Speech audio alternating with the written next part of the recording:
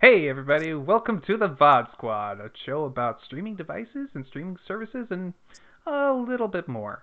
This week you're going to get the show episode number 115, and I'm Matt Ross, and today I'm joined with Michael. Hey Michael. Hello everybody. Hello Matt. How are you doing? I am doing great. Oh good, I'm glad to hear. Sounds like you didn't catch the con crud, or if you did, you're over it already. Yeah, no, I was kind of sick the first day we got there, whether it was from the plane or something else, but after that I've been fine. So that's good to hear. Well, apparently Jimmy told us last week. I don't remember this really, but I've been told that he told us last week that he wasn't going to be here this week. But Clyde's missing. I don't know what happened to him. So I think he might have died.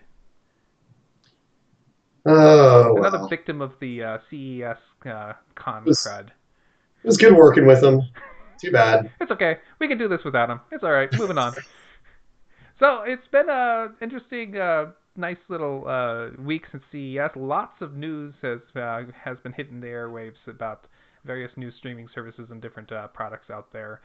We got a lot of news for this week. Is there anything that's been going on of interest for you? Um, I've been recovering from the excitement of CES, and which means I've been working to catch up on a week's worth of work at work. So I haven't really thought too much about things in the entertainment industry. Trying to get through the articles for today was about all I could handle. There is stuff in here that I was kind of interested in, though, so I'm excited to talk about some of it. Well, we might have a couple of things in here that I might just brush upon. We might go straight past. Well, there might be other things in here which we might talk for a while about. So why don't we go ahead and dive into the stories for the week? All right. So we're going to start with a story about the Super Bowl. We've got Super Bowl coming up. I think this is Super Bowl LIII, which I want to call it LIII or LI3, or I'm not certain how you want to pronounce that. But we have LIII, Super Bowl LIII. They are getting ready to broadcast the Super Bowl in 8K if you have it available in your market, and they have a bunch of new augmented reality and things to put on the field to make this Super Bowl perhaps one of the most interesting ones we will have ever seen as far as the digital performances goes. So Well, CBS. this is amazing news for all of the billionaires out there that have already bought themselves 8K TVs. Well, you've seen them. That they were obviously there at the show and buying them while you were there, right? Yeah, well, I mean, they were definitely there. Most of them were for sale, but Samsung does have theirs, as we mentioned last week. It's only 15 grand. So, if you were trying to decide what to do with that car money and you decided not to get a car, you could just buy yourself the 8K TV so you can watch the Super Bowl in 8K. I mean, this is great news. Well, it looks like that we're going to be seeing a lot of this new AR stuff too, which is actually, I'm not usually into the Super Bowl. I mean, I watch it, but mostly for the commercials. But I do like some of the cool things they can do on the field. Like for a couple of years now, they've had those cameras that instantly change the angle of the view. That kind of technology that they've been using, and I'm sure other various things they're going to do. If they're going to do AR stuff, there's a thing that the Seahawks did for a while called the 12th man. They literally licensed the rights to use the term. How much you want to bet CBS puts a 12th man actually on the field virtually or augmentedly? At least like during a break or something, have some people dancing around, totally doing some Fortnite dances or something like that on the field, not during a play. But I could Yeah. foresee that. That Yeah. or some Star Wars stormtroopers, or put in some Iron Man and kind of do some other cool Marvel stuff they could do. I mean, I just imagine the cool promotions they could put right on the field with the players in between plays. Yeah, I mean, I could understand the idea of putting like a 12th man on there where he's explaining and pointing out. Um, would probably work a lot better for like replays and stuff.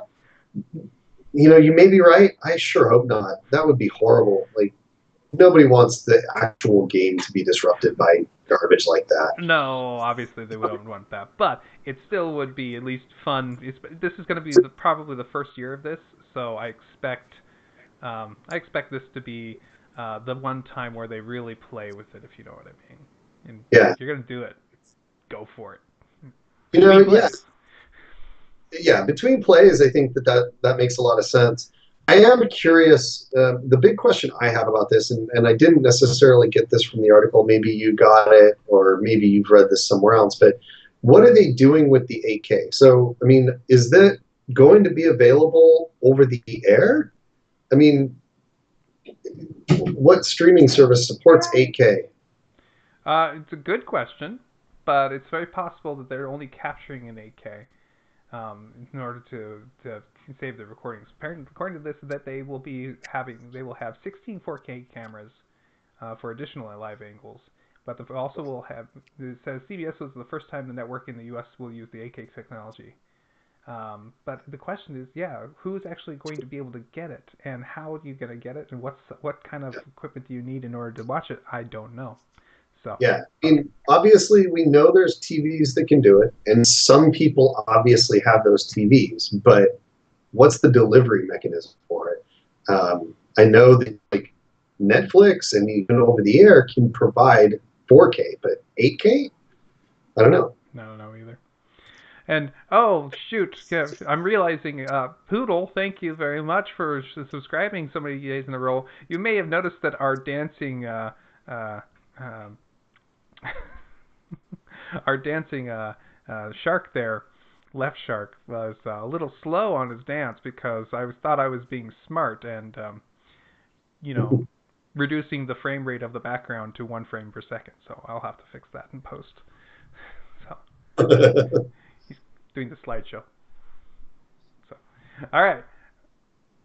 And also, I don't know why your video is shrinking. I don't get it. All right. We're going to move on to Amazon, and they've introduced a new streaming service which will allow you to watch various movies that on the IMDB video streaming service for free without any kind of login required. It's a limited number of movies and shows that are available on it, but all you have to do is go to IMDb, and you should be able to see various shows that are ready to watch. And all you have to do is go ahead and start up in your browser to watch them. There are movies like Fringe and shows like Fringe, Heroes, The Bachelor, and movies like A Few Good Men and Monsters. So Memento, Awakenings. There's some classics on there you may be interested in. If you're somebody out there who has got no money and you really are looking for a way to watch get some entertainment for $0, here you go. Here's one option available to you. Yeah, yeah. I mean, this seems like something that would be a good opportunity for a select group of people. I mean, I think most of these shows are available in other places, and in my opinion, being an Amazon guy myself, who's obviously got Amazon Prime, I consider Prime free because I'm paying for Prime to get my free shipping. But I mean, this is good. Anytime you can provide a good solution for people that costs little or nothing, that's great. I'm always going to be willing to pay to get rid of those commercials. So it doesn't particularly interest me, but good on them for providing an option for other people. All right. Well, what's interesting about this is that this is only the first of a couple stories of the exact same thing happening in other places as well. So Yeah. this is an instant trend this year we're beginning to see. We'll talk more about that in a minute. I like this idea of being right in IMDb because IMDb is where, when you're kind of feeling like browsing for movies, it's where you go. So it's a pretty good choice if you ask me. Um, yeah, I'm okay with this.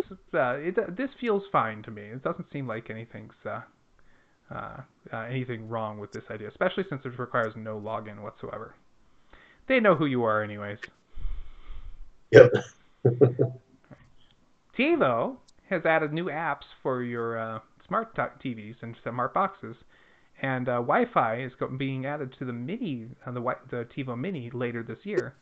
This means that you will now be able to use your various set-top boxes, and it sounds like they're supporting pretty much everybody from the Fire TV, Android, Roku, and eventually Apple, in order to stream up to 2 streams from your device up to your set-top box, up from your TiVo to your set-top box. This is the kind of thing we've always wanted them to do. So, excellent. I'm so happy to see this. This is wonderful. I just really am happy about this. But it's a little Yeah. late. Yeah, I mean, to me, TiVo is a device that doesn't make a lot of sense anymore. But again, kind of back to that same thing that, there's definitely a group of people that like the idea of a very low cost, or maybe like a one-time type purchase thing where you get, like, you buy your TiVo and you've got a DVR. It just doesn't make a lot of sense for me. I'd rather pay to find solutions that don't have commercials, or buy my content directly rather than having to hunt around for it and skip commercials and stuff. Now, do they provide the commercial skipping built into the TiVo with their DVRs, or is that still something you have to manually do? I'm not a TiVo person. I've never owned a TiVo in my life, but I believe that is one of their big features. I believe that is one of the things that they really, really uh, um, hammer down as their thing. So yes, I think that is their, because I remember hearing people saying that actually, like, the remote chirps at you when it detected a commercial, one button push, and it jumps directly to where the commercial is supposed to end, and it's supposed to Okay. be so nice. TiVo said, according to Clyde in the chat, TiVo's 30-second skip. That's true. They have that, and but I think some of them have the really nice um, Yeah. actual commercial skipping as well. So, but it does Yeah. still require that TiVo subscription. So they're still going to be making their money that way. Didn't They, TiVo change hands recently?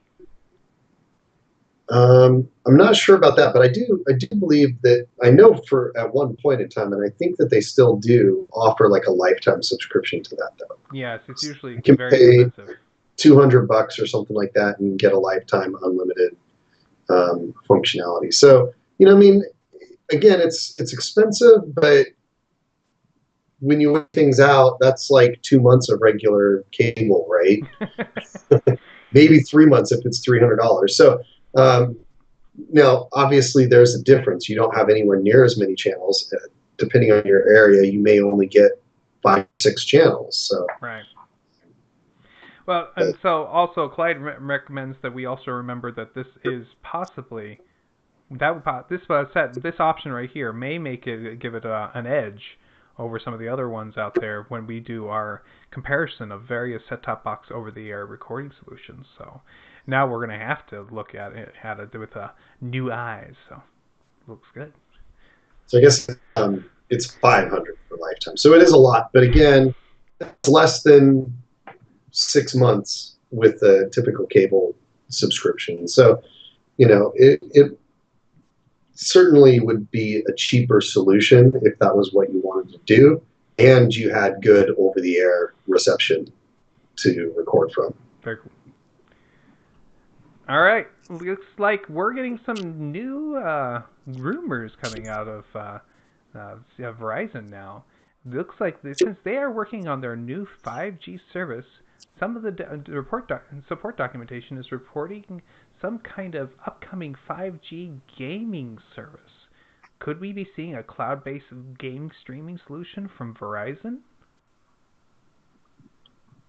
Um, yeah, I mean, so I've tried the Google streaming service, and I really liked it, but I had issues with whether it be my internet or something with the remote servers or whatever. It was not uncommon, especially in more intense gaming sequences, high action scenes, or things where there was like really complex rendering issues like water and like spray on the ocean or rain or something like that.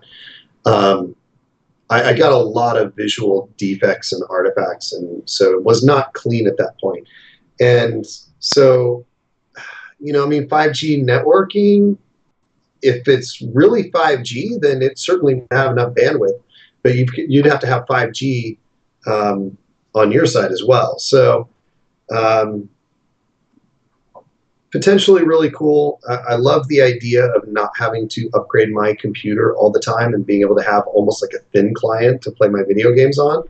But it will all boil down to the quality of the service and whether or not they can render and deliver a high enough quality image and low enough latency in a scenario that in the games that I want to play. And if they can do that, I'm good on it. And then also, obviously, price will play a role in that. If it's, $100 a month, that's too much. If it's, $15 a month, $20 a month, or something like that, or if you just subscribe to the games you want instead of buying the games, that could also be cool. Yeah, so I'm seriously interested in this this streaming gaming service thing. Now, since I've used the programs like Parsec, which is basically doing it yourself, I know it's completely possible and can be pretty cool.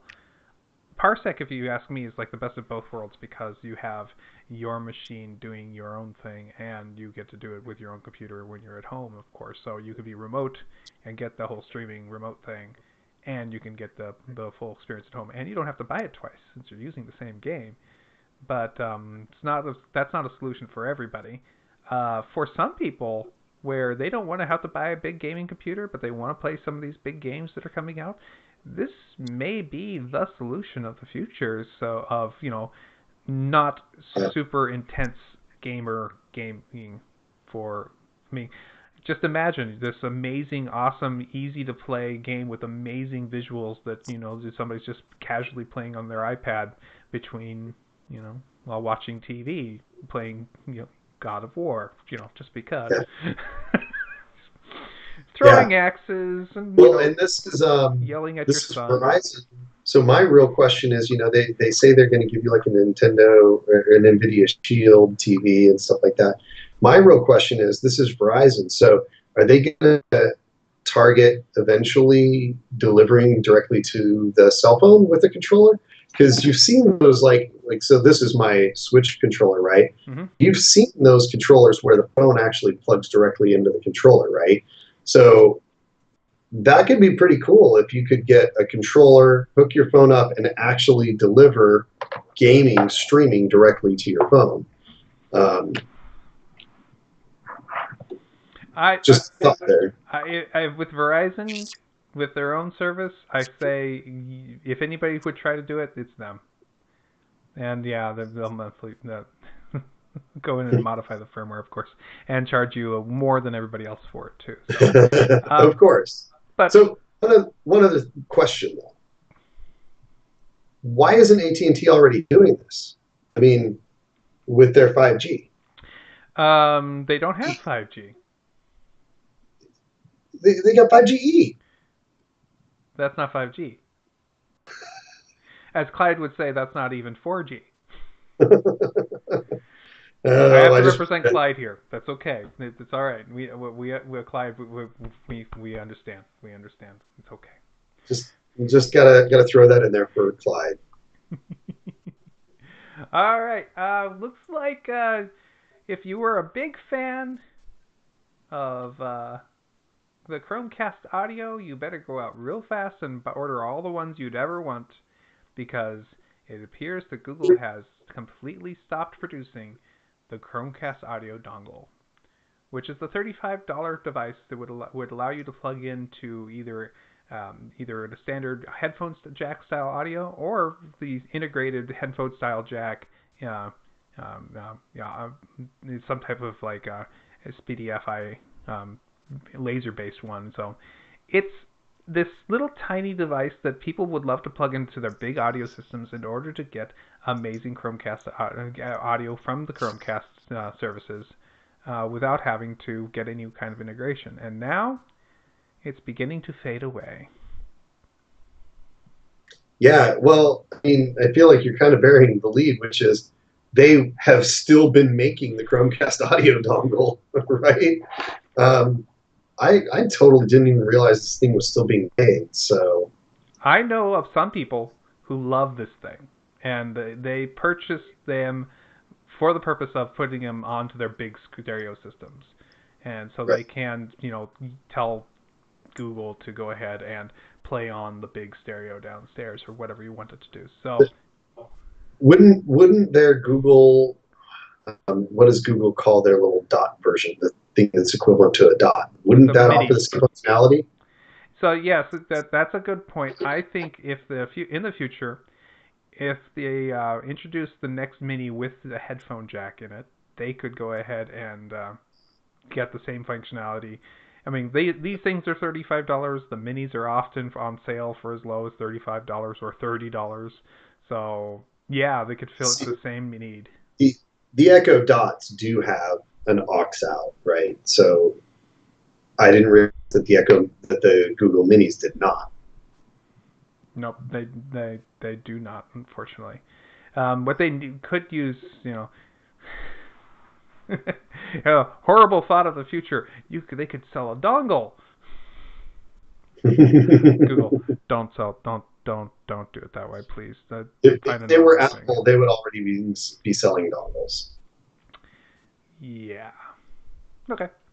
I'm hoping that they can replace it with another product, but if they don't, I think also the other thing is everybody's now getting everything integrated into the various speakers anyways, so why do you need it? So, Yeah. all right. CBS is working on new various shows for people to watch of all various kinds, and CBS has now decided to change the way that they are making their shows with an eye more focused on streaming. Basically, they've decided that all their money that they've been putting into their CBS shows over the years is now shifting away from your standard television fares. I mean, how many cop shows do they have on CBS nowadays?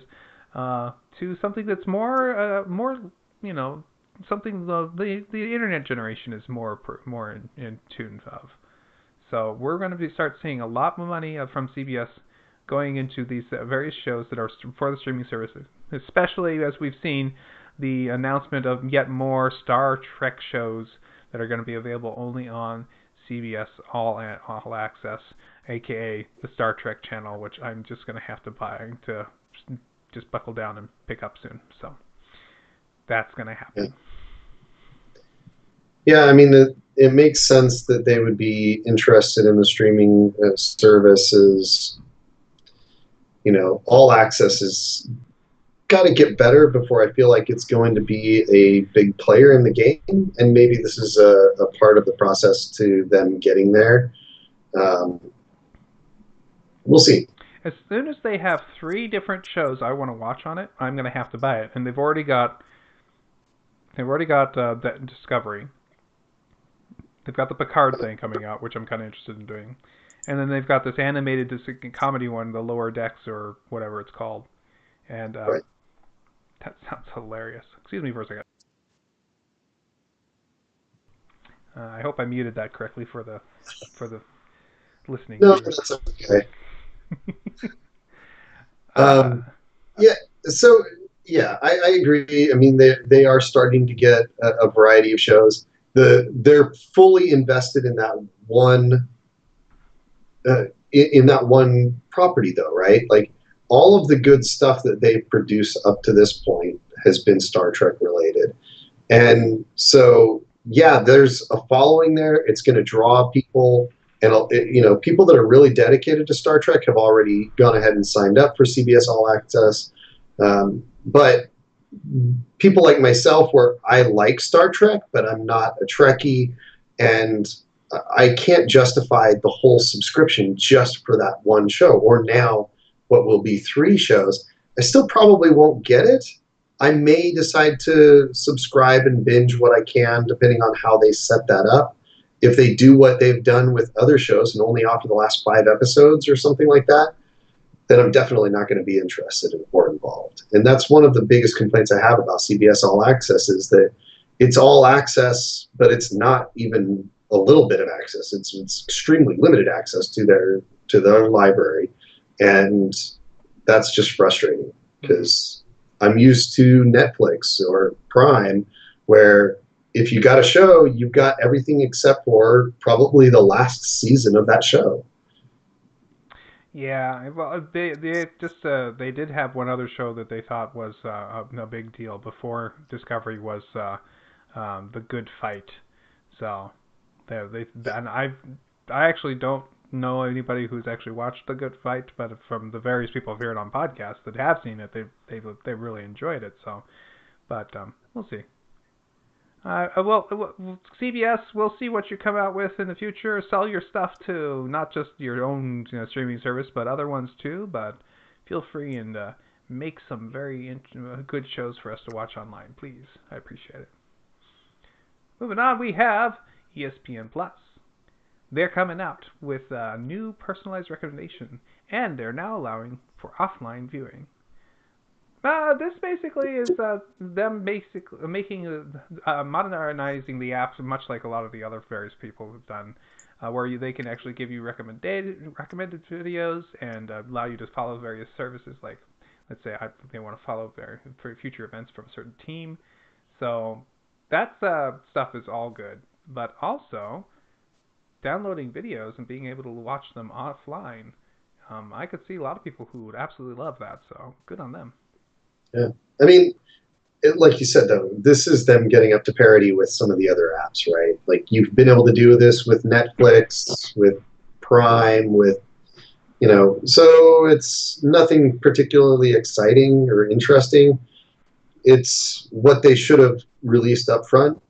Makes sense that, get the product out, get it in front of the early adopters and continue adding features. So they're doing exactly what you would expect, I think. Very cool. All right, continuing the trend, Sling TV is introducing a new free streaming option for Roku's. And I would guess they would be slowly moving this onto other platforms as well. But starting with the Roku, you can launch the String TV app, which you would. Okay, my audio level is much lower. Okay, you can open the Sling TV app on your Roku device, and now we'll start offering you the ability to watch some shows for free without any kind of login required. Also, you should be able to sign up with to any kind of additional service, add-on service onto the Sling TV. We will have to have an account for this. But by turning them, you can then go ahead and sign into various add-on services like HBO and Showtime without having to have a base Sling TV app. So if you were perfectly happy getting whichever you want from Sling's TV, if you don't like their streaming service for whatever reason, but you do want to get HBO, here's a way you can get it without having to go through anybody else if you want to. Thank you, I appreciate it. We don't want to have to deal with we don't want to have to deal with having to talk to Amazon for everything. So yeah, sounds good. All right, moving on. NBC Universal. Hey, sounds familiar. NBC Universal is launching their own ad-supported TV streaming service in 2020. This is yet another one of those services where they're going to be introducing more shows that are going to be paid for for free via ad support streaming. Now, what's interesting here is that they're actually going to do two things. They're going to have the free service that you're going to be able to watch with ads, and then if there's going to be the service that you can get if you already got signed up with getting NBC through some other service, like you're with the Comcast or somebody like that. And then if you want, you can pay for the additional streaming without ads by paying money up front, and it'll give you all the various shows on there without ads, whether you are an NBC customer somehow or not. So Yeah. Uh, I'm looking forward to Disney's service, all of the rest of these. Uh, I'm doing fine without these other channels, so I don't see any reason to pay extra money to get their services. that's an interesting thought, because I bet you with anything that these various TV networks are looking at the numbers and seeing this slow decline of all their users as people are just getting plenty of enough entertainment from other services that they don't pay that much for anyways. So Yeah. I'm guessing that they're seeing this, and somebody's done the math and said, hey, if we put this online and just charge nothing except for get some advertisement out of it, we'll make a lot more money than we would without all that. So in the long run, this might be the best deal for them, and then they can upsell you to the service without any kind of Yeah. So this might be the future, and as I've seen other various shows say, it looks like channels are turning into apps.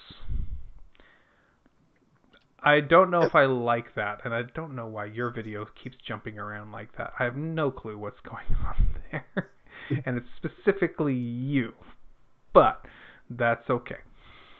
I'm gonna just I'll like try to move myself around. No, Oh, I got you. I got you. You're good. Now you sit back to normal. I'll move you. Uh, it's a new game. See how quickly Mike can keep up with the placement. yeah, we'll just go ahead and move me over a little bit to make it so it's a little bit easier when you do pop back the other way. All right. So if I I'm fearful of this idea of all the television channels turning into apps, and not for any rational reason. I always have irrational fears for the feeling of how things are being moved around. The reason why I'm fearful is because let's say we have a new platform that comes up. Let's say Chaos becomes a new platform. Chaos is the spin-off of the Firefox OS that was trying to be on phones, and Chaos is the alternative version of it that has actually picked up on some cheaper featured phones. Maybe that turns into its own set-top box solution, and maybe because it's a new solution, it's really hard for everybody to also make another app platform for them to develop on, unlike some type of open platform that everybody could handle. So part of me is just wishing that somebody would, with everybody, would somehow figure out a way to make all of this universal. But that's me. I think the API should always be open, and everybody should know how everything does. So I mean, my biggest concern with the every channel turning into an app thing is actually just around the fact that I don't want to have to deal with a bunch of channels and apps and decentralize everything again. Ads, right? Like I don't want to have to hunt to find things. Now, if every one of these apps is available on my Fire TV, so they're readily available, and I can get through them through, voice commands with my Echo, then that makes it easy enough that I'm not as concerned. But again, most important is I don't want to have commercials. I dislike commercials, and I don't want to have to deal with them. I've had to deal with them recently while I was on vacation, and I was annoyed by it, and I'm done with it. No more commercials for the rest of the year. All right. Well, commercials pay for free products, so actually I'm okay with commercials. So, but I thought of a middle ground I'd be okay with. Hey, app developers that are making apps for various platforms, make it so I can deep click into your app. I don't mind if I have a guide that has, and I want to be able to see your what's available on your show from it. This is the Apple TV way of doing it. This is the way of a lot of these other aggregators are trying to do this. Make it so I can see that the show I want to watch is available. I can have a little badge on there saying it's your service. I can have a splash screen when I click on it that, hey, this is being provided to you by Netflix, but then I want to see a deep cut directly to that video. If it lands on the page, it's going to autoplay in 10 seconds. That's fine, I guess. Or just go right into the video for me. That would even be better. But I want find the show I want, one click. Everything else is done. I don't care if I have a little bit of loading, a splash screen, maybe a landing with an autoplay after 10 seconds. That'd be fine. But I don't want to have to do anything else. I want to be able to browse to it, go, that's what I want to watch, click, put it away, put the remote away, enjoy my show. Yeah, that's a definitely reasonable expectation. Well, in particular, I think Netflix is the one who's resisting that kind of integration into the Apple TV solution, and as Clyde is reminding us, that's what Google TV was kind of doing too, where you could actually click directly on the thing you wanted to watch, and it would launch the app with the thing. So, yeah. Right. So, yes, I want it, and people are resisting, and if you want said, to keep yourself separated and your own separate app and all that, it's fine, but you have to make it available for somebody from outside to be able to aggregate the various shows. So there's one way I can find the thing I want to watch. And if it says, hey, it's a Netflix, click the button, it sends you into Netflix. If it's click the button, it sends you into any other show, the NBC show, the app or whatever. I want to watch the Colbert Report, click on this button. This is brought to you by NBC, and it pops up, and the Colbert Report starting in 10 seconds. You got to see more the videos, the other videos available to there, and then it starts the show. So that's what I want to do. So fully concur. Someday they will all listen to me and tell me that you were right all along, Matt. You were right all along. Yeah, I doubt that. All right, so we had this interesting thing happen this past week or so. And Netflix is coming out with their movie called Fire, F-Y-R-E, about the Fire Festival, and how the very first Fire Festival was a complete bonkers, crazy mess. And they were making this interesting new movie about this, or documentary. Hulu, who also made this various Fire Festival documentary, was, well, some people think it was maliciously, some think it's just, opportune timing, decided that they would go ahead and release their thing about the Fire Festival, like a week before the big promoted one from Netflix came out. So go watch it on Hulu first.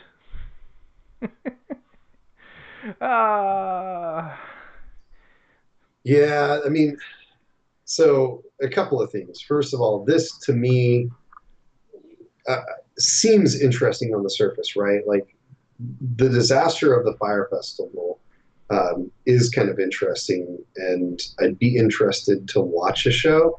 However, as you dig into what this show is, it's so politically written from at least from the descriptions, that I have zero interest in watching this. That it annoys me just listening to the way they describe this show. Remember that when for years and years and years there would be these movies that would be coming out about the same time, and they have about the same about the same idea. And I've just Silicon Valley and the something else. There were two released basically about Facebook, the Facebook founding at the same time. And then the one I remembered when I put in the chat was Armageddon and Deep Impact, two movies that are basically the same movie but taking very different ways of doing it. And I actually like it when these happen, because then I love being able to see two people take the same subject and try to spin it in one way and then try to spin it in another. I actually enjoy that a little bit, because then I could watch one and go, oh, they're both fine, but this one's the better one, and that one there, yeah, I see what they're doing, but not my thing, but it's okay. So yeah, there was a whole bunch of them they did right around the same time in the early mid-90s, I think, was the era that it just kept happening for whatever reason. Right. But the other interesting thing about this story in particular, about the Fire Festival, is that the show on Hulu, which was introduced early, its name is called, and I don't think this is any kind of way of trying to spin the fact that they came out early. It's called Fire Fraud, Hmm. which since these two are pretty much the same, um, yeah, it just seems a little on the nose if you ask me. So I don't know. I'm not into the Fire Festival. I don't know what it's all about. Because I understand it was a big, huge mess for that first time of people literally not getting paid for things that they were planning on doing, and it was a huge debacle. But Yeah, yeah, if you're it interested, was. I mean, it was significantly more than that, right? Like people were in serious health risk because of this festival. It was on an island, and they were transported there, and they didn't have enough water, enough food. I mean, it was actually legitimately dangerous, and people got sick and stuff like that because of the negligence of the founders. And it really did boil down to fraud and hmm. um, Well, so according to yeah. our friend Clyde, the one you want to go see is Fire Fraud on Hulu. Which means it's going to fail I mean, miserably. that one's not going to do He has one horribly, and everybody's going succeed. to watch the one and love the one on the Fire on Netflix. As we know, the rule of Clyde applies here. So, Amazon has updated their Fire TV stick, so now that it includes the new Amazon remote that allows you to speak to Mrs. Madam A, as I like it being referred to. Uh, So the beautiful thing about this is that they've always been, it was always an add-on that you'd had to pay for before, but now this new 4K stick that they've been selling for a little while also includes this new remote, which allows you to talk directly to the Amazon's yeah, assistant. Interesting note. Um, for a while there, Roku was the top device, but I believe I read somewhere, I could be wrong, because this is me hearing somewhere and going, really, is that true? I believe I heard somewhere that Amazon has taken over Roku as the number one device for streaming on TV. So That would not surprise yes, but it makes me sad. It makes me me. a little angry, but not so much. It's not Amazon's fault per se, and people's fault per se. It's a good device, but no, Well, it's so cheap. You can't not go for it if that's what you want to do. So yeah, I mean, I'll loop back to this at the end because there's one other thing that we didn't have on here that I wanted to mention. That's not one of our stories, okay. so that ties into that. So we'll loop back to that later. Well, good job, Amazon. I hope that you enjoy the pedestal you are currently on. Yet another corner of some market somewhere you have taken over, and you are becoming more and more the by and large I see you as. So, congratulations. That's right. Congratulations, Amazon. All right, Pandora has a new voice search that you can use. Inside the Pandora app, you can use the ask, hey Pandora. Um, you can use that to do various commands that you would be able to do directly with Pandora. For example, you can tell it to do things like play some workout music, and it picks something good for a workout, or ask it to do various voice commands to like thumbs up this song or whatever else you want it to do. This idea, and somebody's beeping. Who's beeping? Anyways, Pandora. This idea of being able to talk to Pandora directly inside the app, that makes a lot of sense. I hope that they integrate this into the other devices where you can ask Pandora to do things, or even better, I swear I am not making that noise. uh, or even better, make it so you can My bad. talk directly. Oh, did I lose you? Yeah, I lost internet there for Oh, I'm so sorry. Totally covered for you. And I a don't know minute. why your video is going nuts again. I bet you I know what it is. Why your video is going nuts. Hey, What? I have an idea of what's going on with your video. You ready to hear my crazy idea of what's going on? Sure. My crazy idea about your video is that right now Transition. Right now. Here. Oh yeah, I'll get you better. Your feed to me is in decent shape. You know what I mean? So you're giving me a pretty good bandwidth, and Skype is actually getting so good of a feed. And every once in a while, due to network conditions, your feed changes how good it is, and so the quality of the video, literally the resolution goes down, which makes the window change kind of shape. I'm wondering if that's what's going on here. Okay, sorry, off of that tangent for now. So, do you want to be able to talk to Pandora? Um, I mean, if I'm using it as a streaming service, then sure, but I don't use Pandora because I don't feel like it's very good at giving me recommendations. Um, and that's exactly what it's all about, right? Like personalized music. It seems to not succeed for me, at least. So, sure, but not really. Okay. All right. Moving on, we have Deezer. Deezer is an app that's been out there for a little while. They tried to be a podcasting app that for various people. It didn't catch on as well as they had hoping, but now they're offering a lot of various radio stations available on their service for you to listen to, which means I wonder if I can get 107.7 The End on here. Yeah, I mean, I remember when I moved away from Portland to Boise for the first time, I was super frustrated to be losing all of the radio stations that I was so accustomed to. I mean, they were the ones I'd been listening all through high school and stuff. I knew a lot of the personalities and really enjoyed those particular stations.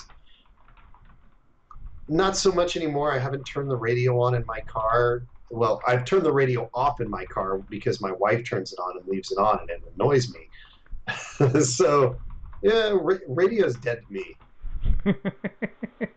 Yeah, it is usually dead for me too, but every once in a while I actually do want to get something on there to listen to, like a traffic report, because it's hard to get a good traffic report any other way, or a game that's played broadcast locally. I can't listen to a local game very easily, so You I don't get know. your traffic by saying, "Hey Google, navigate me to work," and then it says, "Oops, no, don't really do that." Sorry, everybody, I just triggered your phone like I did my own. But you know what I'm saying? It's like, yeah, I just there's nothing that radio ads like. I used to enjoy listening to them do their little skits and stuff, but I get that out of podcasts now. Yeah, I agree, but this is since they haven't found ground in the game of trying to be a podcast aggregator. I see where they're going to go with this, and I wish them success, because I think there's other places that can do similar radio station stuff. I forget the guys who do the radio stuff, but they're the ones that I'm thinking. If they can provide another one, then it'll be a good option for people. iHeartRadio apparently is one of them, although I'm not certain. So next story. Hey, you want to buy an LG OLED TV? Um, yeah, I do. I kind of do, but only a little, right? Like, I want to buy an LG OLED TV that rolls up. Yeah, but I'm going to guess that's in Just a the. normal LG OLED? No, because I'm like, I'm gonna save for my 8K TV. I think that the roll-up TV is going to be a six-figure TV, so at least Yeah. $10,000. But if you want to know that TV, LG just decided to drop a big sale, so you can get your OLED TV for as low as $1,500, and for an OLED, it's a pretty good deal.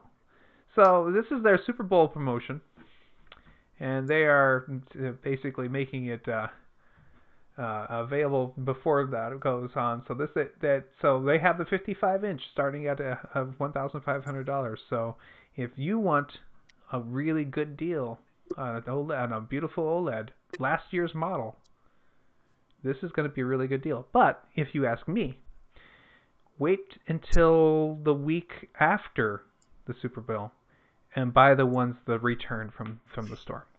Get another $500 off easily. Yeah. Yeah, I mean, here's the thing. Like OLEDs look amazing. There's not a lot that looks as good as an OLED. The top of the line quantum dot TVs look pretty darn close, and I wouldn't, I wouldn't be unhappy to get one of those quantum dot TVs, but they're almost as expensive as the OLEDs. Now, these prices, they're actually about the same price. Um, so, which one would I get? I'd probably get the OLED, but as I kind of indicated, there's so much new stuff that's coming out that's really interesting. I'm not sure I would be on the market for something like this right now unless you don't have a 4K TV and you're in the market for a 4K TV. Yeah. If you're in that boat, then yeah, I'd be pretty tempted to go with the OLED, though there is a huge price difference between a standard OLED and a standard 4K UHD TV. Um, and you get a TCL for $600 for a 65 or 50, at least a 55, if not a 65 inch. It's hard to jump all the way up there to the OLED level unless you've got a fair amount of money and burn a hole in your pocket. Hmm. I don't know if you are been craving one of those OLEDs and never had enough money to spend the $2.5 grand for one. This is a good option for you. So if you've been looking and waiting for the right time, this might be it finally. So Yeah. And our last show of tonight is Netflix. Netflix raised their prices. They're going to be starting to charge $1 or $2 more, which makes their lowest cost price, I think, $11 for the lowest term. And most people will be spending the $13 to $16 depending on what service they're getting now. So everybody in the world is saying, oh well, it's still worth it. And apparently the stock market really liked this because because everybody realized all they have to do is raise their prices and then they'll make a lot more money. So be ready for a big revenue next year. Yeah. Yeah, I mean this makes me a little sad because I am a subscriber, so I will be getting the price hike, but it's still worth it. I still watch at least 50% of my TV type entertainment via Netflix, meaning movies and shows, right? Mm-hmm. Uh, though, it's getting closer and closer to not being worth it to me because um, I can find enough entertainment on YouTube for free or with my YouTube Red subscription or whatever it's called now, YouTube Prime or whatever, that I spend probably 75% of my time watching entertainment on YouTube. And the rest is, about 50% Netflix and about 25 between Prime and Hulu. Yeah. I I think that this is going to be a huge. There's going to be a very minor number of people who are going to drop it off due to the price hike in this case. But this is going to be pure profit for them. And I don't see this changing anybody's minds of moving off of Netflix. What is going to change people's minds is starting this year. I say next year, but I mean this year. We're going to start seeing less and less Disney products on it because Disney's going to have their own streaming service, and so that's when they're going to be looking at it and saying, well, do I want these Netflix originals that aren't anything that I might be interested in because I've never heard of these guys before and this thing before, or do I want to go with the stuff I know, which is on Disney Plus? Don't know. Clyde. Okay. Ignoring what Clyde's what Poodle Puncher had to say in the comments. Yes. So here's the issue. Right? This actually does make a difference to me. Once the Disney subscription is out, I will probably start to do with Netflix what I do with some of the other subscription services, which is I'll subscribe for Stranger Things Hmm. once I've binged Stranger Things. And, maybe then I'll spend a month where I'll watch the last season of Arrow or something like that. And then I'll unsubscribe and I'll be relying on YouTube and the Disney subscription to provide my entertainment. It, the more they jack the price up, the more likely people are going to be, at least me, to subscribe, binge, and quit. It's what I did with HBO so I could watch Game of Thrones. It's what I did with Hulu so I could watch American Ninja Warrior. So I'm doing this already and I'm going to continue to do it. And if you jack the price up so high that it's no longer just like a pittance, like when it was $10, it was like, there's no reason I'm ever going to cancel it. It's just too much effort to cancel and subscribe. And then maybe I miss a show that I want to watch and it's not available for me. Start getting up to $15, $16. And now it's like, yeah, I mean, I can go out to get something to eat for that. I can take my wife out and go drive through fast food for lunch. So it starts to make a difference. Yeah, it does. Pushing it. That's true. And that is the end of our news for this week. So that was So I had one more bit of news that I wanted to discuss, and I don't know. Oh, dang it! I got to remember what buttons to push on services. Jeez, I don't have a chat app. If That's I okay. message you in Skype, can you paste it into the chat, or would that mess things up? I could try to. Yes. There you Okay. go. Go ahead and talk. Okay, so Amazon Prime has released their little like pictorial, whatever they call it, visual display of. There's a specific term for these things that is escaping me at the moment, but um, basically it boils down to the most information about what happened last year in Prime. The best of Prime is what they're calling it. So we talked about the Fire TV stick being the number one thing. Well, the most purchased item in 2018 from Prime was the Fire TV stick. So that doesn't surprise me that it would be now the number one item, right? Also, other things that were interesting in this, looking at like the Prime Video thing, the most binged TV series that they had was Jack Ryan and Homecoming. Jack Ryan, I thought was actually really good. Um, the most awarded original series was the Marvelous Miss Maisel. I probably said that wrong again. Clyde corrected me last time. Maisel. Maisel, Maisel, It Maisel, could be Maisel, Maisel. Maisel. Yeah. Anyways, whatever it is, that got like, what did it say? 8 awards or something like that. Oh yeah, 8 Emmys, 2 Golden Globes, and 2 Critics' Choice Awards. So that did really well. And apparently, lots of people watched Thursday Night Football via Amazon Prime Video. So um, I thought this was really interesting. Get a recap of what things were really popular. Fortnite, of course, had the most popular in-game loot. That's no surprise. Black Panther was the favorite comic book turned movie. Also, not really a surprise. That was a really great movie. So, I thought this was an interesting pictograph and gave a little bit of insight into why maybe the Fire TV Stick is the most popular streaming device now. Well, we've seen things like this before. I think we've seen ones from from Netflix before, so I know that we've these kind of infograph information has been available to various people. So Infographics is what they call it. Yes, that's the term. it's an infographics. So For example, here's the one that they got us from last year. If I go ahead and transition to this. So this was the year in binging from 2017, so 2 years ago technically, I guess.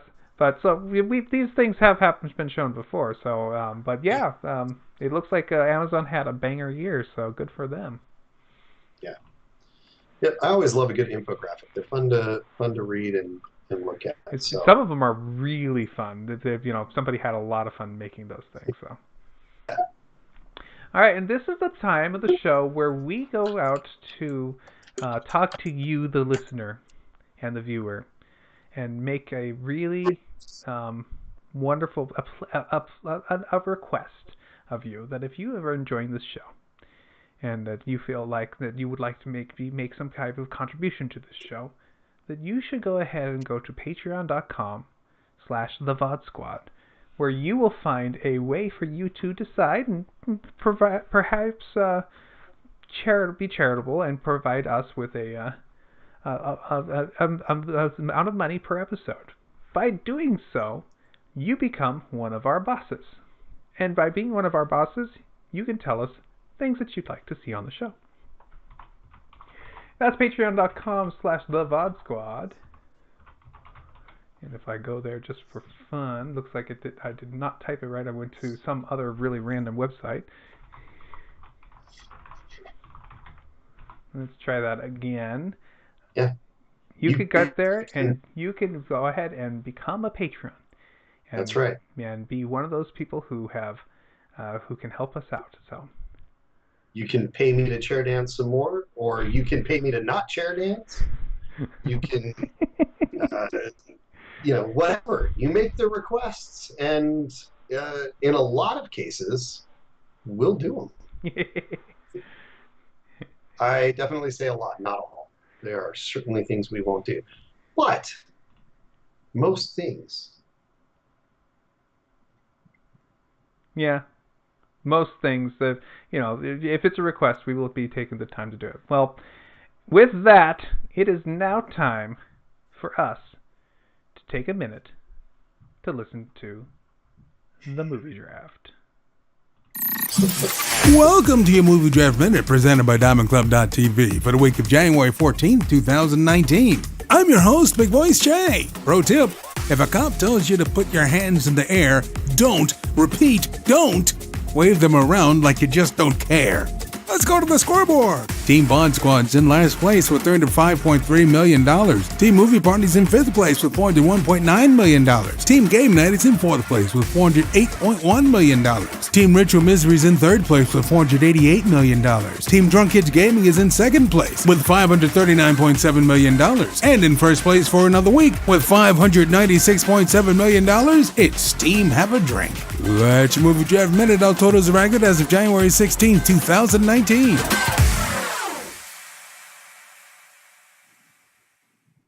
That is a sad sight for me. Is this the end? Can we just be done? No, we have a while to go, unfortunately. We have to go until, 4 weeks after the end of the last movie? The last movie is on January 25th, which is Serenity, which we own. That's great. At this point, we should just throw it out. I mean, really, short of it suddenly being transformed into what I keep advertising it as, a remake of the Flyer by Serenity movie, there's no way it will have any meaningful impact in our current situation. We are going to end this one dead last by a huge margin. So, Clyde is complaining that once again his movie On the Basis of Sex is not showing the money it's due on the spreadsheet, which is true. The reason it was not showing it before is because a hidden table was somewhere on the page, which made it so that I had to modify that piece of the code in order to pick up the right table. But it is now, it should be showing the $11 million that he should have in there, which actually would push him above Game Night. So, good job, Movie Party. Good job, Clyde. You are now in 4th place, I believe. Congratulations. Yeah, I mean,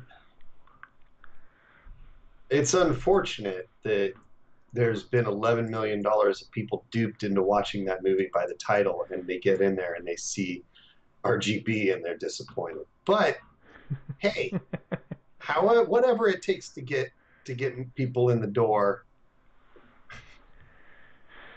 Yeah, that's true. So, yeah, so you can see that there's a bit something went wrong. My red air text is on the page here, so it is obviously something needs to be fixed on this, and it is in particular this on the basis of sex one that is currently broken. I will have to go into this document later tonight, modify it so it gets your numbers correct just for you. And we have two more movies coming out. Glass coming out this weekend, which may do okay. I mean, it's been getting some ripe reviews, which is never not good. But as we know from the logic of this year's winter draft, things that are not good movies make lots of money, and things that are good movies make less money than you thought they would. Yeah, I mean, it actually looks halfway decent based on the trailers. Like I'm torn. The trailers look halfway good and halfway not. It feels kind of like too much of a separation from the interesting mind games that you were getting before, and too much of a superhero action flick now. Uh, it's hard to judge this, and maybe that's why it does so poorly. But the great thing about the other movies, I never actually saw Split, but the great thing about Unbreakable was that it was only a little bit about the superhero, right? It All right, was it's a about psychological the movie. person. It was psychological, and it was really interesting. This looks like it's got a lot more action, and it's going to be just maybe not as good of a superhero movie. Uh, Well, so if or actually really more not as good of a thriller is kind of what it looks like. so I saw the first one, which was Unbreakable, and it was a psychological movie, absolutely. And I did not see Split, but it's obviously a psychological movie because it's about a guy with psychological problems. So Yeah. it got good reviews. The people who watched it really liked it, apparently. So Yep. and it was just people didn't know it was part of this M Night Shyamalan universe. And so I would be willing to bet that this one is also more psychological than action flick. So who knows? Hopefully. It's not what I got from the trailers, but hopefully that's the case because that's what made these movies so wonderful is that they were just such a departure from the traditional superhero movie. Very cool. All right. With that, leads us to our rants and raves.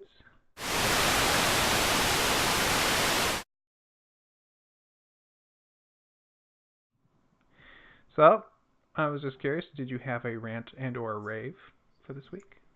Yeah. I found a new show this week while I was at CES. In the evenings, there was not a lot to do. So instead of going and gambling my life savings on the strip, Clyde introduced me to a couple of new shows. Hmm. One I have enjoyed up to this point, but I'm not through even the first season, so I won't definitively say I loved it, but I'm definitely enjoying Future Man. That's been good so far. I've got a few episodes left of the first season, um, and that's been entertaining. The one that's really got me though is Demolition Ranch. It's a YouTube show, and it's really just about shooting a bunch of things and what happens. And the guy's thoroughly entertaining. The production quality is good, and they shoot a lot of stuff and do a lot of stupid things that's really fun to watch. Um, I can't recommend that enough. That's probably the favorite thing that I've watched in the last 2 weeks. And now it's definitely on my top 10 list of things to watch every week. I'll watch every episode of that as it comes out. Very cool. Web of Magic asks, when is the new season? And looks like Clyde's already answered. It dropped last week. So. Yeah, that's why Clyde was like, "Oh man, you haven't seen this, so I can't start watching season two because you've got to watch season one first." So we binged through 10 episodes of season one in like I think one night, maybe over 2 nights, but I think just one night. And um, There were 3 seasons left though. It's 13 episodes in a season, so I've got like 3 episodes left before I'm done with season 1. So Very cool.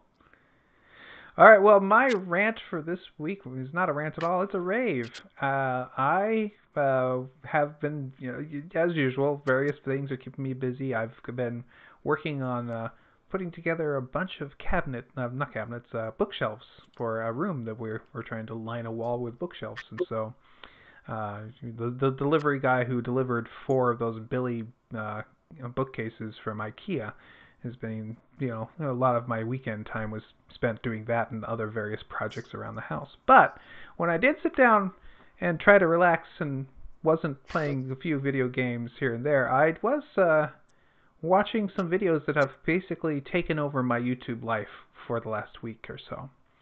Which there was a video in the Discord somebody put there. I can't remember who. Anyways, it was a link to a video of a guy playing Flight Simulator X, and this guy's obviously Air Force because he knows the lingo, and I don't, but I can hear it and go, yeah, okay, I get it. And it's also, he is just totally trolling everybody in that game in like the best way ever. So if you ever need a moment to let go of your inhibitions, listen to a guy completely screw with everybody inside of a YouTube video of all these people, some of them trying to be serious, many of them trying not to be serious, in a game that's probably 10 years old now from Flight Simulator X Steam Edition. I please recommend going out and see Air Force Proud 95 on YouTube, and you will be thoroughly entertained for, they're about 10-minute videos each, and maybe 10 to 20 minutes, and they are hilarious. Not for kids, plenty of language in there, but this is another thing that Clyde introduced to me while we were at CES, and we watched a few of these, and they are absolutely hilarious. Laugh out loud. Very entertaining as well. He plays, every once in a while he'll play the tower. He'll run the tower, and he will act like a tower would. Will ask for your destination and ask you to taxi up to the runways, and we'll ask you to do things correctly, and he'll give you a long string of lines of what you're supposed to say, copy, and you're supposed to say everything he said back, but he said a paragraph of text there, and the people try and to repeat it back, and like a good man, sir, he goes, Roger that, that's correct. You are cleared for takeoff. And they say just I think you said for me to go on the airfield and to go to 3,000 feet and then turn west by northwest, and I don't know. That's correct, copy. You are cleared. The best part is that no matter what happens, no matter what the other people say or do, no matter what kind of absurdity, he manages to keep a straight face. He doesn't fluctuate. He sounds serious and straightforward all the time. I could not do that. It's pretty freaking amazing. Indeed. Well, I got one more thing I got to rant about. I won't be here next week, so hope you guys are totally enjoy. We'll have to run the show without me next week. I will, of course, watch the show after the fact, and I hope you guys are. It's great, but I have a family engagement to go to next week, so I will not be here next week. Hopefully, Clyde's voice will return in time for him to grace the airwaves again. So. Well, that's sad that you won't be here. I will take note of it and forget, and then next week we'll all be like, "Where's Matt?" And then, of course, the chat room will come in and say, "He said he wasn't going to be here," and we'll be like, "Yeah, if you say so, I guess. I don't remember that." So that's actually excellent. I hope that's exactly how it goes. All right. Well, this is where I'm going to say, if you guys want to, you can see more of our videos by going to twitch.tv/thevodsquad. We have Patreon at patreon.com/thevodsquad.